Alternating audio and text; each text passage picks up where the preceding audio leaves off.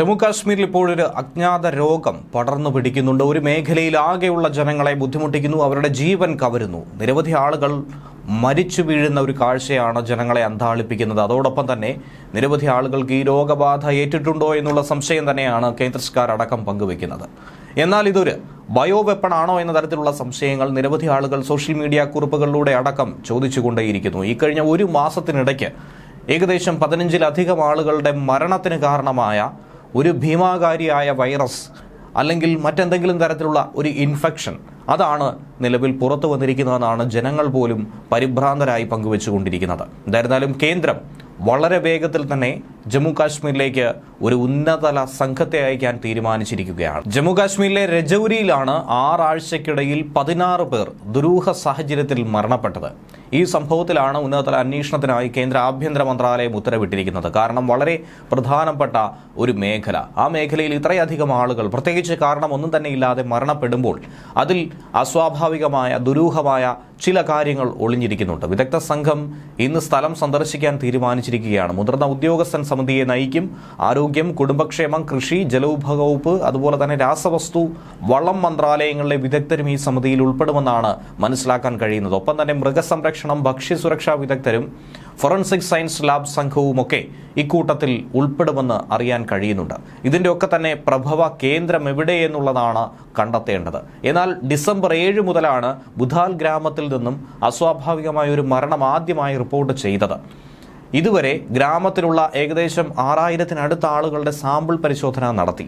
അതിലൊന്നും തന്നെ വൈറസിന്റെയോ ബാക്ടീരിയയുടെയോ സാന്നിധ്യം ഒന്നും തന്നെ കണ്ടെത്താൻ കഴിഞ്ഞിട്ടില്ല എന്നുള്ളതും കേന്ദ്ര സംഘത്തെ അലട്ടുന്ന ഒരു വിഷയമാണ്.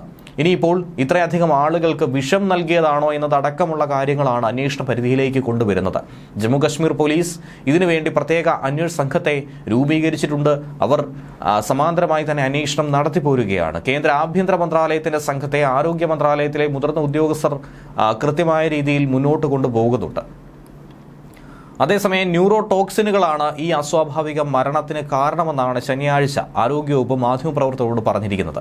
ന്യൂറോ ടോക്സിനുകൾ എങ്ങനെയാണ് ഈ മരണത്തിന് കാരണമായത് എന്നുള്ളത് ഇതുവരെയും കണ്ടെത്താൻ കഴിഞ്ഞിട്ടില്ല.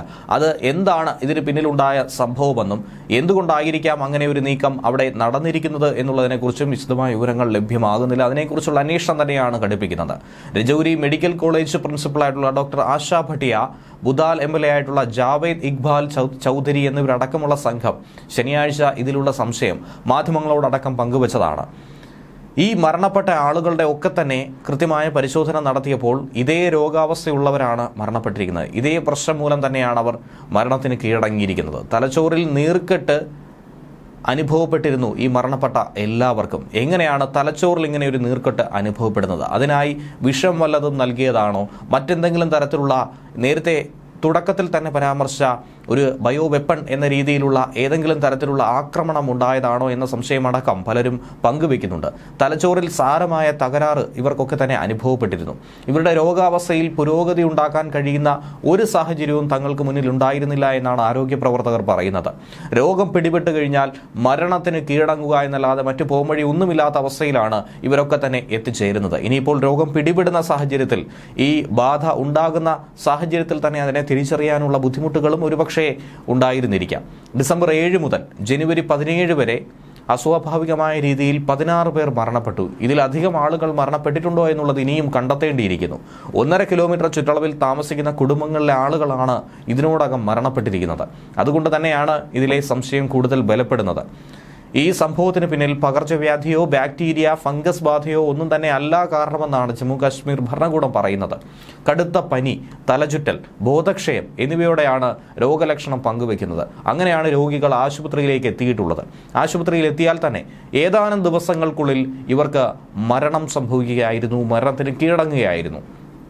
ഇപ്പോൾ ഗുരുതരാവസ്ഥയിൽ ഒരു 15 വയസ്സുകാരി പെൺകുട്ടി അസുഖബാധിതയായി ചികിത്സയിൽ തന്നെയാണ്. അവരുടെ ജീവൻ രക്ഷിക്കാനുള്ള കഠിന പ്രയത്നത്തിലാണ് ഡോക്ടർമാരടക്കം.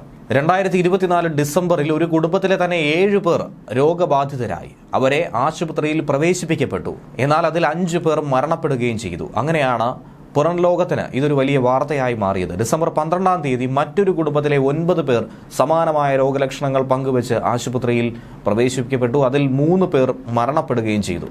അങ്ങനെ 2 കുടുംബങ്ങളിലായി മാത്രം 16 പേർക്കാണ് ഈ രോഗബാധ ഉണ്ടായത്. അതിൽ 3 പേർ മരണപ്പെട്ടതായിട്ടുള്ള വിവരം ലഭിച്ചു. 1 മാസത്തിന് ശേഷം 10 പേർക്ക് അസുഖം ബാധിച്ചു. അതിൽ 5 കുട്ടികൾ മരണപ്പെട്ടു. 50% ആളുകൾ മരണപ്പെടുന്ന ഒരു സാഹചര്യം വളരെ ഗുരുതരമായ ഒരു അവസ്ഥ തന്നെയാണ്.